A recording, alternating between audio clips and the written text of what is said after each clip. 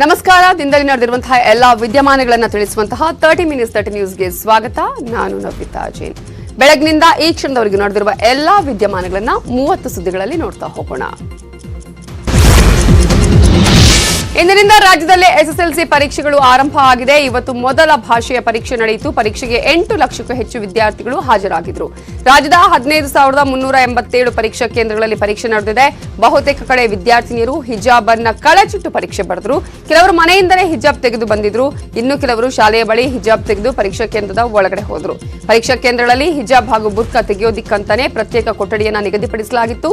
ಶಿಕ್ಷಣ ಸಚಿವ ನಾಗೇಶ್ ಬೆಂಗಳೂರಿನ ಪರೀಕ್ಷಾ ಕೇಂದ್ರಗಳಿಗೆ ಭೇಟಿ ಕೊಟ್ಟು ಪರಿಶೀಲನೆ ಮಾಡಿ ವಿದ್ಯಾರ್ಥಿಗಳಿಗೆ ಧೈರ್ಯ ತುಂಬಿದರು. ಸಂತೋಷವಾಯಿತು. ಎಲ್ಲ ಮಕ್ಕಳು ತುಂಬಾ ಧೈರ್ಯವಾಗಿ ಎಕ್ಸಾಮ್ ಫೇಸ್ ಮಾಡೋದಕ್ಕೋಸ್ಕರ ಪ್ರಿಪೇರ್ ಆಗಿ ಬಂದಿದ್ದಾರೆ. ಒಂದಷ್ಟು ಮಕ್ಕಳು ಹೇಳೋದು ನಮ್ಮ ಶಾಲೆಯಲ್ಲಿ 5 ಬಾರಿ ಪ್ರಿಪ್ರೇಟರಿ ಮಾಡಿದ್ದಾರೆ ಅಂತ, ಇನ್ನೊಂದಷ್ಟು ಶಾಲೆಯಲ್ಲಿ 3 ಬಾರಿ, 2 ಬಾರಿ ಅಂತೂ ಮಿನಿಮಮ್ ಎಲ್ಲ ಮಕ್ಕಳಿಗೂ ಪ್ರಿಪ್ರೇಟರಿ ಮಾಡಿದ್ದಾರೆ. ಮತ್ತು ಮಕ್ಕಳನ್ನ ಕೇಳಿದಾಗ ಬರೀ ಎಕ್ಸಾಮ್ಸ್ ಮಾಡಿದ್ರು, ಅದನ್ನು ವ್ಯಾಲ್ಯೂಯೇಷನ್ ಮಾಡಿ ತಮಗೇನಾದ್ರು ತಿಳಿಸಿದ್ರ ಅಂತ ತುಂಬ ಕಡೆ ಆ ವ್ಯಾಲ್ಯೂಯೇಷನ್ ಮಾಡಿ ಮಕ್ಕಳು ಮಾಡಿದಂಥ ತಪ್ಪನ್ನು ತಿಳಿಸುವಂಥ, ತಿದ್ದುಕೊಳ್ಳೋದಕ್ಕೆ ಬೇಕಾದಂಥ ಪ್ರಯತ್ನಗಳನ್ನ ಎಲ್ಲ ಶಿಕ್ಷಕರು ಮಾಡಿದ್ದಾರೆ. ಮತ್ತು ಶಿಕ್ಷಕರಿಗೂ ನಾನು ನಿಮ್ಮ ಮೂಲಕ ಮಕ್ಕಳನ್ನು ತಯಾರು ಮಾಡಿದ್ದಕ್ಕೆ ಅಭಿನಂದಿಸ್ತೀನಿ.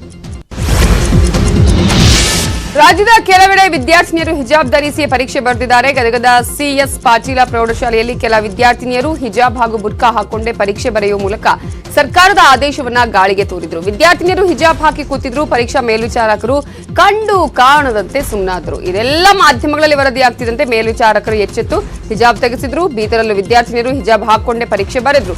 ಆನೇಕಲ್ಲಲ್ಲಿ ಹಿಜಾಬ್ ತೆಗೆಯುವಂತೆ ಹೇಳಿದ್ರು. ವಿದ್ಯಾರ್ಥಿನಿಯರು ಪರೀಕ್ಷೆಯನ್ನೇ ಬಾಯ್ಕಾಟ್ ಮಾಡೋದಕ್ಕೆ ಮುಂದಾದ ಘಟನೆ ನಡೆಯಿತು. ಇದು ಆನೇಕಲ್ ತಾಲೂಕಿನ ಜಿಗಣಿ ಪರೀಕ್ಷಾ ಕೇಂದ್ರದ ಬಳಿ ನಡೆದಿರುವ ಘಟನೆ. ಸರ್ಕಾರದ ಸೂಚನೆಯಂತೆ ಹಿಜಾಬ್ ತೆಗೆದು ಪರೀಕ್ಷೆಗೆ ಬರುವಂತೆ ಶಿಕ್ಷಕರು ಸೂಚಿಸಿದ್ರು. ಆದರೆ ಹಿಜಾಬ್ ಧರಿಸದೆ ಪರೀಕ್ಷೆ ಬರೆಯಲು ವಿದ್ಯಾರ್ಥಿಗಳು ನಿರಾಕರಿಸಿದ್ರು. ಕೊನೆಗೂ ಶಿಕ್ಷಕರು ಮನವೊಲಿಸಿ ಹಿಜಾಬ್ ತೆಗೆಸಿ ಪರೀಕ್ಷೆಯನ್ನ ಬರೆಸಿದ್ರು.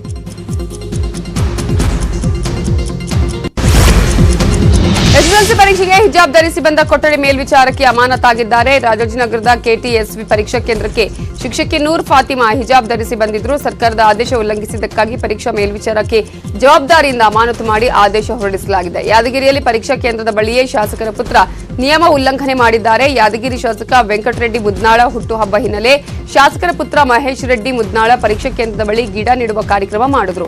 ಎಸ್ಎಸ್ಎಲ್ಸಿ ಪರೀಕ್ಷೆ ನಡೀತಾ ಇದ್ರು. ಶಾಸಕರ ಪುತ್ರನಿಗೆ ಕಾರ್ಯಕ್ರಮಕ್ಕೆ ಅವಕಾಶ ಕೊಟ್ಟಿದ್ದಾರೆ. ಇನ್ನು ಕಾರ್ಯಕ್ರಮದಲ್ಲಿ ಅರಣ್ಯ ಇಲಾಖೆ ಅಧಿಕಾರಿಗಳೇ ಭಾಗಿಯಾಗಿ ಅಚ್ಚರಿ ಮೂಡಿಸಿದ್ರು.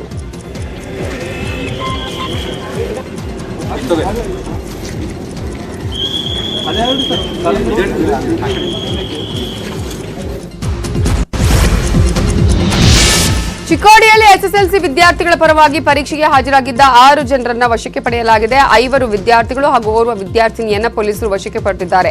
6 ಜನ ವಿದ್ಯಾರ್ಥಿಗಳು ಬೇರೆಯವರ ಬದಲಾಗಿ ಪರೀಕ್ಷೆ ಬರೆಯೋದಕ್ಕೆ ಬಂದಾಗ ಶಿಕ್ಷಣ ಇಲಾಖೆ ಅಧಿಕಾರಿಗಳು ಹಿಡಿದು ಪೊಲೀಸರ ವಶಕ್ಕೆ ಕೊಟ್ಟಿದ್ದಾರೆ. ಮೈಸೂರಲ್ಲಿ ಎಸ್ಎಸ್ಎಲ್ಸಿ ಪರೀಕ್ಷೆ ಬರೀತಾ ಇದ್ದ ವಿದ್ಯಾರ್ಥಿನಿ ಸಾವನ್ನಪ್ಪಿದ್ದಾಳೆ. ಪರೀಕ್ಷೆ ಬರೆಯುವ ಸಂದರ್ಭದಲ್ಲಿ ಹೃದಯಾಘಾತವಾಗಿ ಏಕಾಏಕಿ ಕುಸಿದು ಬಿದ್ದಿದ್ದಾಳೆ. ಟಿ ನರಸೀಪುರ ತಾಲೂಕಿನ ವಿದ್ಯೋದಯ ಪರೀಕ್ಷಾ ಕೇಂದ್ರದಲ್ಲಿ ದುರ್ಘಟನೆ ನಡೆದಿದೆ. ಕೂಡಲೇ ಕುಸಿದು ಬಿದ್ದ ವಿದ್ಯಾರ್ಥಿನಿಯನ್ನ ಆಸ್ಪತ್ರೆಗೆ ಸೇರಿಸಿದ್ರು. ಚಿಕಿತ್ಸೆ ಫಲಕಾರಿಯಾಗದೆ ಸಾವನ್ನಪ್ಪಿದ್ದಾಳೆ. ಶಿವಮೊಗ್ಗದಲ್ಲಿ ಎಸ್ಎಸ್ಎಲ್ಸಿ ಪರೀಕ್ಷಾ ಕೇಂದ್ರದ ಬಳಿ ಜೇನುದಾಳಿಯಾಗಿದೆ. ಶಿವಮೊಗ್ಗದ ಮೇರಿ ಇನ್ಮ್ಯಾಕ್ಯುಲೇಟ್ ಹೈಸ್ಕೂಲ್ ಬಳಿ ಜೇನುದಾಳಿ ನಡೆದಿದ್ದು 6 ಜನ ವಿದ್ಯಾರ್ಥಿಗಳಿಗೆ ಹಾಗೂ 12 ಜನ ಪೋಷಕರಿಗೆ ಗಾಯವಾಗಿದೆ. ವಿಜಯಪುರದಲ್ಲಿ 4 ತಿಂಗಳ ಹಸುಗೂಸಿನೊಂದಿಗೆ ಮಹಿಳೆಯೊಬ್ಬರು ಪರೀಕ್ಷೆ ಬರೆದರು. ತಸ್ಲಿಮಾ ಮಕಾನ್ದಾರ 4 ತಿಂಗಳ ಮಗುವಿನೊಂದಿಗೆ ಪರೀಕ್ಷೆಗೆ ಹಾಜರಾಗಿದ್ರು. ತಾಯಿ ಪರೀಕ್ಷೆ ಬರಿತಾ ಇದ್ರೆ ಹೊರಗೆ ಆಶಾ ಕಾರ್ಯಕರ್ತೆ ಮಗುವಿನ ಆರೈಕೆ ಮಾಡಿದ್ರು. ಇನ್ನು ಮಂಡ್ಯದಲ್ಲಿ ಪರೀಕ್ಷೆ ಬರೆಯೋದಕ್ಕೆ ವಿಶೇಷಚೇತನ ಅಭ್ಯರ್ಥಿಯೊಬ್ಬರು ವೀಲ್ ಚೇರ್ ಅಲ್ಲಿ ಆಗಮಿಸಿದ್ರು.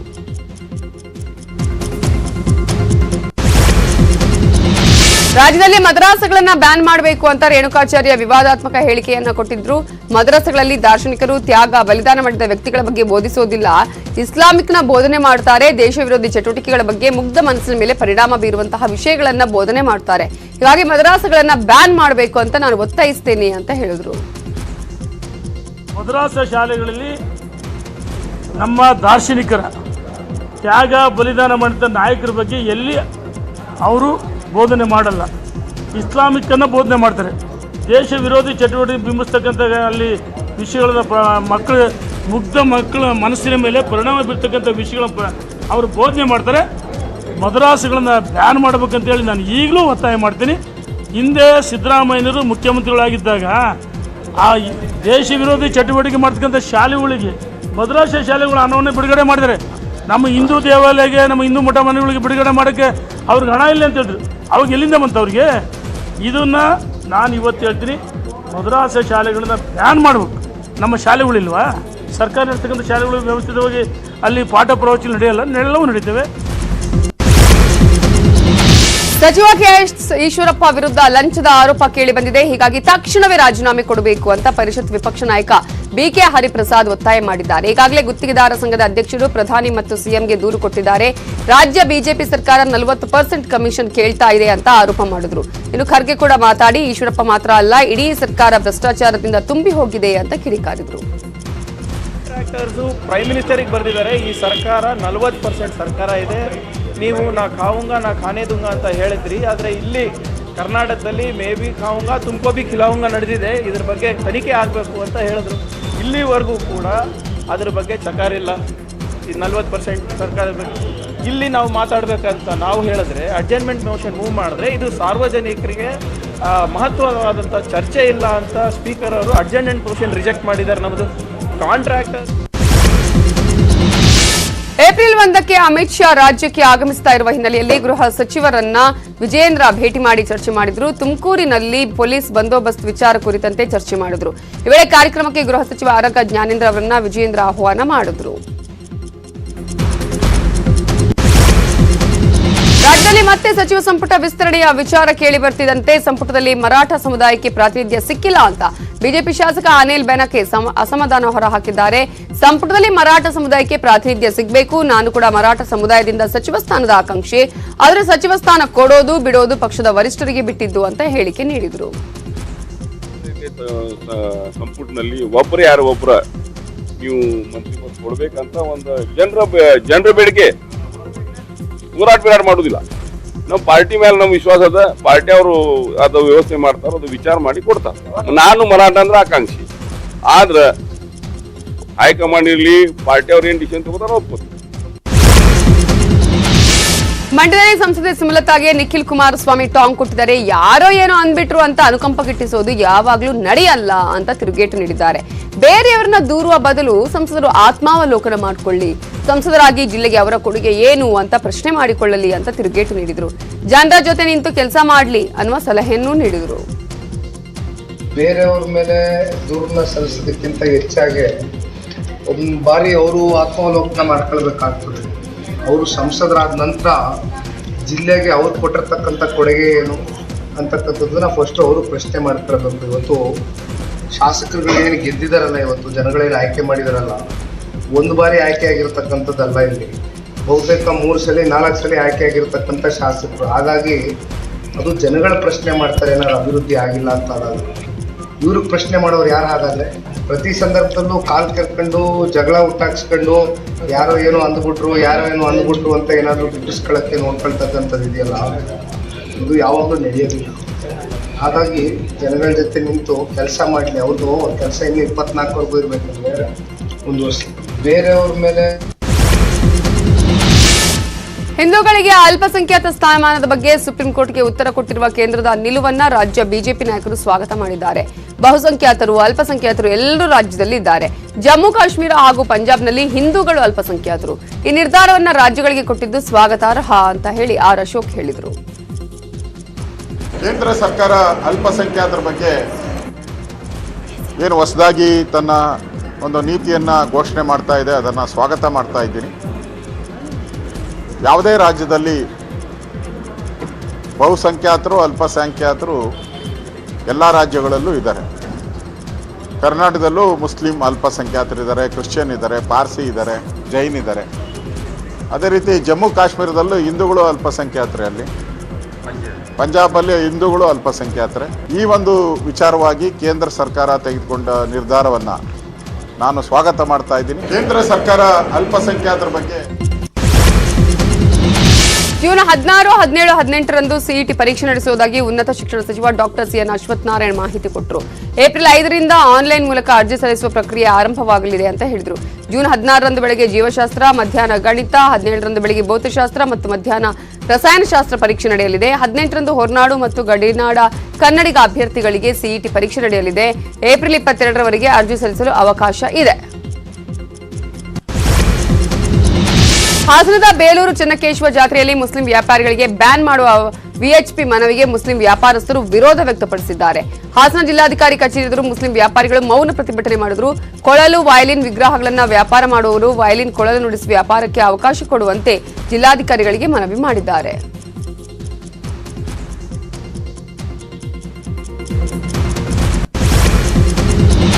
ಹಾಸನದಲ್ಲಿ ಕ್ಯಾನ್ಸರ್ ಪೀಡಿತ ವ್ಯಕ್ತಿಯ ಮನೆಗೆ ಸಂಸದ ಪ್ರಜ್ವಲ್ ರೇವಣ್ಣ ಭೇಟಿ ಕೊಟ್ಟು ಆರೋಗ್ಯ ವಿಚಾರಿಸಿದರು. ಸಕಲೇಶಪುರ ತಾಲೂಕಿನ ವಾಜಿಗೆ ಗ್ರಾಮದ ಸೌಹಾರ್ದ ಮನೆಗೆ ಭೇಟಿ ಕೊಟ್ಟ ಪ್ರಜ್ವಲ್ ಆರ್ಥಿಕ ನೆರವು ನೀಡುವುದಾಗಿ ಧೈರ್ಯ ಹೇಳಿದರು. ಆರ್ಥಿಕ ಸಮಸ್ಯೆಯಿಂದ ಚಿಕಿತ್ಸೆ ಕೊಡಿಸಲಾಗದೆ ಸೌಹಾರ್ದ ಮನೆಯಲ್ಲಿ ನರಳುತ್ತಾ ಇದ್ರು. ಈ ಹಿನ್ನೆಲೆಯಲ್ಲಿ ನೆರವಿಗೆ ನಿಲ್ಲುವುದಾಗಿ ಸಂಸದ ಪ್ರಜ್ವಲ್ ಧೈರ್ಯವನ್ನ ತುಂಬಿದ್ದಾರೆ.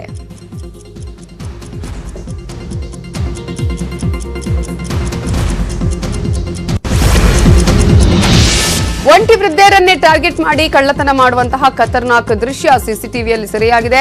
ಮಸಾಜ್ ಮಾಡೋ ನೆಪದಲ್ಲಿ ವೃದ್ಧೆಯ ಕತ್ತಿನಲ್ಲಿದ್ದ ಚಿನ್ನದ ಚೈನ್ ಎಗರಿಸಿ ಮಹಿಳೆ ಎಸ್ಕೇಪ್ ಆಗಿದ್ದಾರೆ. ಕಾಲ್ನೋವಿಗೆ ಮಸಾಜ್ ಮಾಡೋದಾಗಿ ಮನೆಗೆ ಹೋಗಿದ್ದ ಮಹಿಳೆ ಕುತ್ತಿಗೆಯಲ್ಲಿದ್ದ ಚೈನ್ ಎಗರಿಸಿ ಪರಾರಿಯಾಗಿದ್ದಾಳೆ. ವಿಜಯನಗರ ಪೊಲೀಸ್ ಠಾಣೆಯಲ್ಲಿ ವೃದ್ಧೆ ದೂರು ಕೊಟ್ಟಿದ್ದಾರೆ.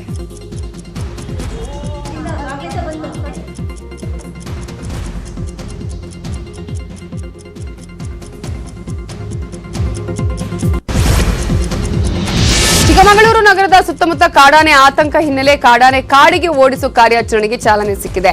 ಮೈಸೂರಿನ ಅರ್ಜುನ ಭೀಮಾ ಆನೆಗಳ ನೇತೃತ್ವದಲ್ಲಿ ಕಾರ್ಯಾಚರಣೆ ನಡೆಸಲಾಗುತ್ತಿದೆ. ಮುತ್ತೋಡಿ ಭಾಗಕ್ಕೆ ಕಾಡಾನೆ ಓಡಿಸುವ ಕಾರ್ಯಾಚರಣೆಯಲ್ಲಿ 60 ಮಂದಿ ಸಿಬ್ಬಂದಿ ಭಾಗಿಯಾಗಿದ್ದಾರೆ.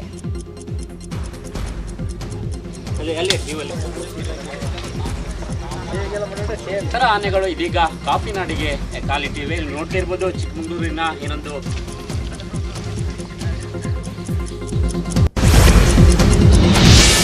ಕೊಪ್ಪಳದಲ್ಲಿ ಸಚಿವ ಶ್ರೀರಾಮುಲು ರಸ್ತೆ ಪಕ್ಕದಲ್ಲಿ ತಾಳೆಹಣ್ಣು ಮಾರಾಟ ಮಾಡುವವರನ್ನ ನೋಡಿ ವಾಹನ ನಿಲ್ಲಿಸಿ ತಾಳೆಹಣ್ಣುಗಳನ್ನು ಖರೀದಿ ಮಾಡಿ ಸವಿದ್ರು. ಬಿಸಿಲಿನ ಕಾಲದಲ್ಲಿ ದಾಹ ಹಾಗೂ ದೇಹಕ್ಕೆ ತಂಪು ನೀಡುವ ತಾಳೆಹಣ್ಣನ್ನ ನಿಯಮಿತವಾಗಿ ತಿನ್ನಬೇಕು ಅಂತ ಹೇಳಿ ರಸ್ತೆ ಸಾರಿಗೆ ಸಿಬ್ಬಂದಿಯ ಯೋಗಕ್ಷೇಮ ವಿಚಾರಿಸಿದರು.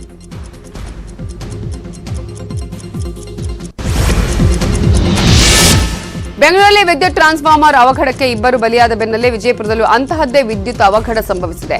ಆದರೆ ಇಲ್ಲಿ ಅದೃಷ್ಟವಶಾತ್ ಪ್ರಾಣಾಪಾಯ ಸಂಭವಿಸಿಲ್ಲ. ತಡರಾತ್ರಿ ವಿದ್ಯುತ್ ಟಿಸಿಗೆ ಬೆಂಕಿ ಹೊತ್ತಿಕೊಂಡಿದ್ದು ಲಕ್ಷಾಂತರ ರೂಪಾಯಿ ಮೌಲ್ಯದ ವಿದ್ಯುತ್ ಉಪಕರಣಗಳು, ಗೃಹೋಪಯೋಗಿ ವಸ್ತುಗಳು ಹಾನಿಯಾಗಿದೆ. ವಿಜಯಪುರ ಜಿಲ್ಲೆ ಸಿಂದಗಿ ತಾಲೂಕಿನ ಬ್ರಹ್ಮದೇವನಮಡು ಗ್ರಾಮದಲ್ಲಿ ಈ ಘಟನೆ ನಡೆದಿದೆ. ಅವಘಡಕ್ಕೆ ಕೆಇಬಿ ಅಧಿಕಾರಿಗಳ ನಿರ್ಲಕ್ಷ್ಯವೇ ಕಾರಣ ಅಂತ ಗ್ರಾಮಸ್ಥರು ದೂರಿದ್ದಾರೆ.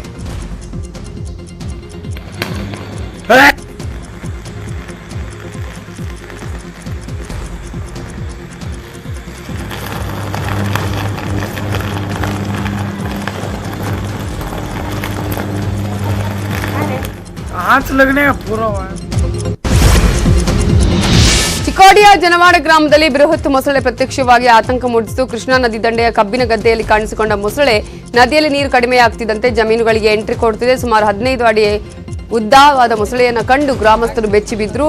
ಅಥಣಿ ಅರಣ್ಯ ಇಲಾಖೆ ಅಧಿಕಾರಿಗಳು ಹಾಗೂ ಸ್ಥಳೀಯರಿಂದ ಮೊಸಳೆಯನ್ನು ರಕ್ಷಣೆ ಮಾಡಲಾಯಿತು.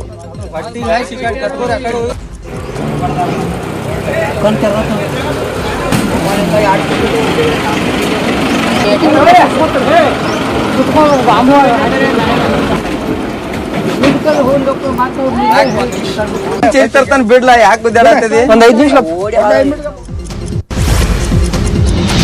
ಉಡುಪಿಯಲ್ಲಿ ಬಾವಿಗೆ ಬಿದ್ದಿದ್ದ ಚಿರತೆಯನ್ನ ರಕ್ಷಣೆ ಮಾಡಲಾಗಿದೆ. ಕೆರಾಡಿಯ ಚಪ್ಪರಮಕ್ಕಿ ಗ್ರಾಮದಲ್ಲಿ ಚಿರತೆಯ ರಕ್ಷಣಾ ಕಾರ್ಯ ನಡೆಯಿತು.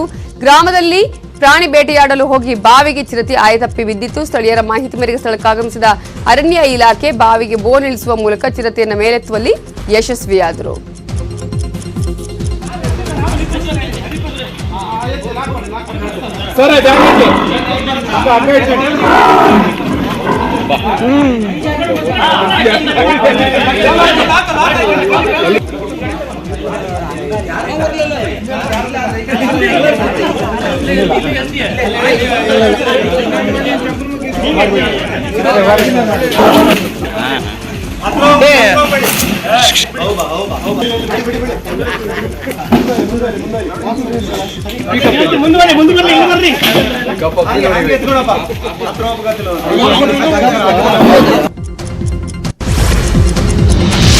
ಚನ್ನಪಟ್ಟಣದಲ್ಲಿ ಯೂರಿಯಾ ಗೊಬ್ಬರದ ಕೊರತೆ ಉಂಟಾಗಿದೆ. ರೈತರು ಯೂರಿಯಾ ಗೊಬ್ಬರಕ್ಕಾಗಿ ಮುಂಜಾನೆಯಿಂದಲೇ ಸಾಲುಗಟ್ಟಿ ನಿಂತಿದ್ರು.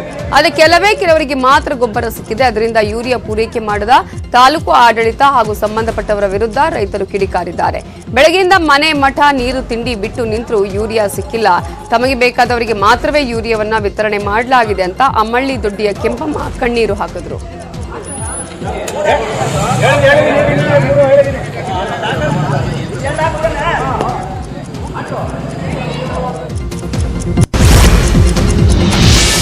ಕರ್ನಾಟಕ ಹೈಕೋರ್ಟ್ ಶಾಲಾ ಕಾಲೇಜುಗಳಲ್ಲಿ ಹಿಜಾಬ್ ಧರಿಸುವುದಕ್ಕೆ ನಿಷೇಧ ಹೇರಿದೆ. ಕರ್ನಾಟಕ ಹೈಕೋರ್ಟ್ ಆದೇಶವನ್ನು ಪ್ರಶ್ನಿಸಿ ಸುಪ್ರೀಂ ಕೋರ್ಟ್ಗೆ ಅಖಿಲ ಭಾರತ ಮುಸ್ಲಿಂ ವೈಯಕ್ತಿಕ ಕಾನೂನು ಮಂಡಳಿ ಅರ್ಜಿ ಸಲ್ಲಿಸಿದೆ.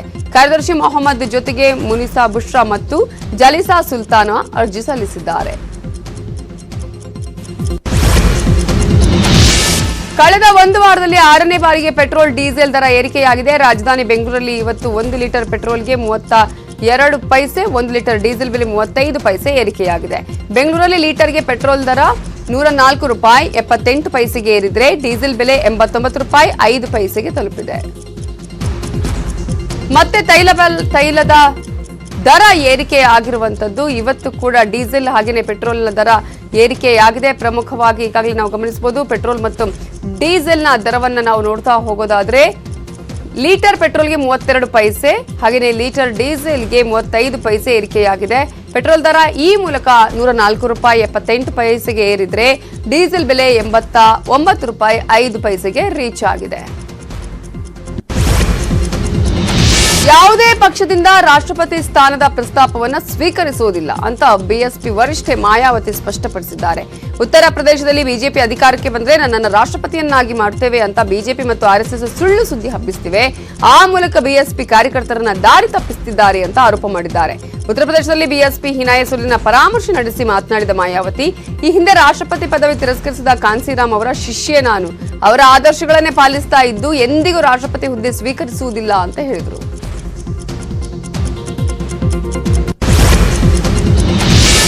ಗೋವಾ ಸಿಎಂ ಆಗಿ ಪ್ರಮೋದ್ ಸಾವಂತ್ ಪ್ರಮಾಣ ವಚನ ಸ್ವೀಕರಿಸಿದ್ದಾರೆ. ರಾಜ್ಯಪಾಲ ಪಿಎಸ್ ಶ್ರೀಧರನ್ ಪಿಳ್ಳೆ ಕಾರ್ಯಕ್ರಮದಲ್ಲಿ ಪ್ರಮಾಣ ವಚನ ಬೋಧಿಸಿದ್ರು. ಪ್ರಧಾನಿ ನರೇಂದ್ರ ಮೋದಿ, ಕೇಂದ್ರ ಗೃಹ ಸಚಿವ ಅಮಿತ್ ಶಾ ಹಾಗೂ ಕರ್ನಾಟಕ ಸಿಎಂ ಬಸವರಾಜ ಬೊಮ್ಮಾಯಿ ಹಾಗೂ ಅನೇಕರು ಈ ಕಾರ್ಯಕ್ರಮದಲ್ಲಿ ಭಾಗಿಯಾಗಿದ್ದಾರೆ.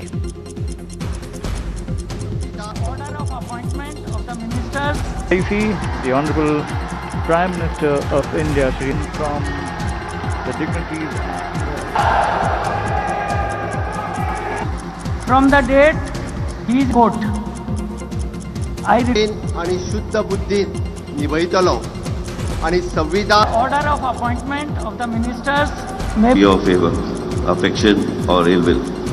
of office and secrecy.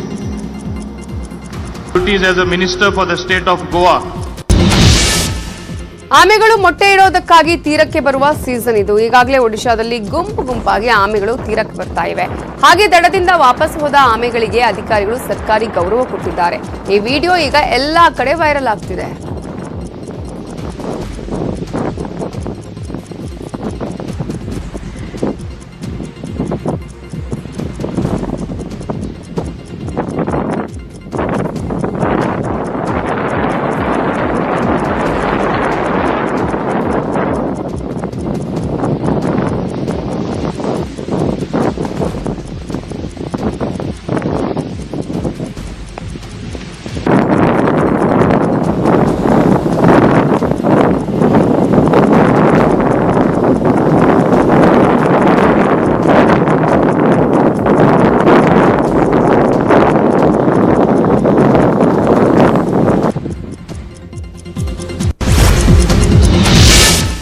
Oscar ಪ್ರಶಸ್ತಿ ಪ್ರದಾನ ಸಮಾರಂಭದಲ್ಲಿ ಭಾರಿ ಹೈಡ್ರಾಮಾ ನಡೆದಿದೆ. ಉತ್ತಮ ಡಾಕ್ಯುಮೆಂಟರಿ ಪ್ರಶಸ್ತಿ ಘೋಷಣೆ ವೇಳೆ ನಿರೂಪಕ ಕ್ರಿಸ್ ರಾಕ್ ಕಾಮಿಡಿ ಮಾಡ್ತಾ ಇದ್ರು. ಕ್ರಿಸ್ ರಾಕ್ ಮಾತಿನಿಂದ ಕೆರಳಿದ ವಿಲ್ ಸ್ಮಿತ್ ಸ್ಟೇಜ್ ಮೇಲೆ ಬಂದು ಕಪಾಳ ಮೋಕ್ಷ ಮಾಡಿದ್ದಾರೆ. ಬಳಿಕ ನನ್ನ ಪತ್ನಿ ಬಗ್ಗೆ ಮಾತಾಡೋದನ್ನ ನಿಲ್ಸು ಅಂತ ಅವಾಚ್ಯ ಶಬ್ದ ಬಳಸಿ ನಿಂದಿಸಿದ್ದಾರೆ. ವಿಶೇಷ ಅಂದ್ರೆ ಕಿಂಗ್ ರಿಚರ್ಡ್ ಚಿತ್ರದ ಅಭಿನಯಕ್ಕಾಗಿ ವಿಲ್ ಸ್ಮಿತ್ ಉತ್ತಮ ನಟ ಪ್ರಶಸ್ತಿಗೆ ಭಾಜನರಾಗಿದ್ದಾರೆ. Wow, dude. It was a G.I. Jane joke. G.I. Jane のジョークだったんです。I'm going to, okay? Okay. That was greatest night in the history of television. テレビ史上最高の場面でしょうか。 So あら、どうなんでしょうか。どうなんでしょうか。 wow. Will Smith just smacked the shit up. あら、どうなんでしょうか。どうなんでしょうか。 ಇಂದಿನ IPL ಮಹಾಕದನದಲ್ಲಿ Gujarat Titans ಹಾಗೂ Lucknow super Giants ಅಖಾಡಕ್ಕೆ ಇಳಿಯಲಿವೆ. ಈ ತಂಡಗಳು ಈ ವರ್ಷವೇ ಐಪಿಎಲ್ಗೆ entry ಕೊಟ್ಟಿದ್ದು ಇದೇ ಮೊದಲ ಬಾರಿಗೆ ಪಂದ್ಯಗಳನ್ನ ಆಡ್ತಾ ಇವೆ. ಲಕ್ನೋಗೆ ಕೆಎಲ್ ರಾಹುಲ್ ಕ್ಯಾಪ್ಟನ್ ಆಗಿದ್ರೆ ಗುಜರಾತ್ಗೆ ಹಾರ್ದಿಕ್ ಪಾಂಡ್ಯ ಕ್ಯಾಪ್ಟನ್ ಆಗಿದ್ದಾರೆ. ಮುಂಬೈನಲ್ಲಿ ಸಂಜೆ ಪಂದ್ಯ ನಡೆಯಲಿದ್ದು ಇವತ್ತು ಈ ಒಂದು ಪಂದ್ಯ ಬಹಳ ಕುತೂಹಲಕ್ಕೆ ಕಾರಣ ಆಗಿದೆ. ಯಾಕಂದ್ರೆ ಗುಜರಾತ್ ಟೈಟಾನ್ಸ್ ಹಾಗೂ ಲಕ್ನೋ ಸೂಪರ್ ಜೈಂಟ್ಸ್ ಅಖಾಡಕ್ಕೆ ಇಳಿತಾ ಇರುವಂತದ್ದು ಈ ತಂಡಗಳು ಈ ವರ್ಷವೇ ಐಪಿಎಲ್ ಅಲ್ಲಿ ಎಂಟ್ರಿ ಕೊಟ್ಟಿದೆ. ಸೊ ಮೊದಲ ಬಾರಿಗೆ ಈ ಎರಡೂ ತಂಡಗಳು ಇವತ್ತು ಐಪಿಎಲ್ ನಲ್ಲಿ ಆಡ್ತಾ ಇವೆ. ಲಕ್ನೋಗೆ ಕೆಎಲ್ ರಾಹುಲ್ ಕ್ಯಾಪ್ಟನ್, ಹಾಗೆ ಗುಜರಾತ್ಗೆ ಹಾರ್ದಿಕ್ ಪಾಂಡ್ಯ ಕ್ಯಾಪ್ಟನ್ ಆಗಿರುವುದು. ಸಂಜೆ ಮುಂಬೈನಲ್ಲಿ ಪಂದ್ಯ ನಡೆಯಲಿದೆ. ಸೊ ಯಾರು ಗೆಲುವನ್ನ ಸಾಧಿಸುತ್ತಾರೆ ಅನ್ನೋದು ಬಹಳ ಕುತೂಹಲಕ್ಕೂ ಕೂಡ ಕಾರಣ ಆಗಿದೆ. ಎರಡೂ ತಂಡಗಳ ಮೇಲೆ ಬಹಳ ನಿರೀಕ್ಷೆಯನ್ನ ಇಡಲಾಗಿದೆ.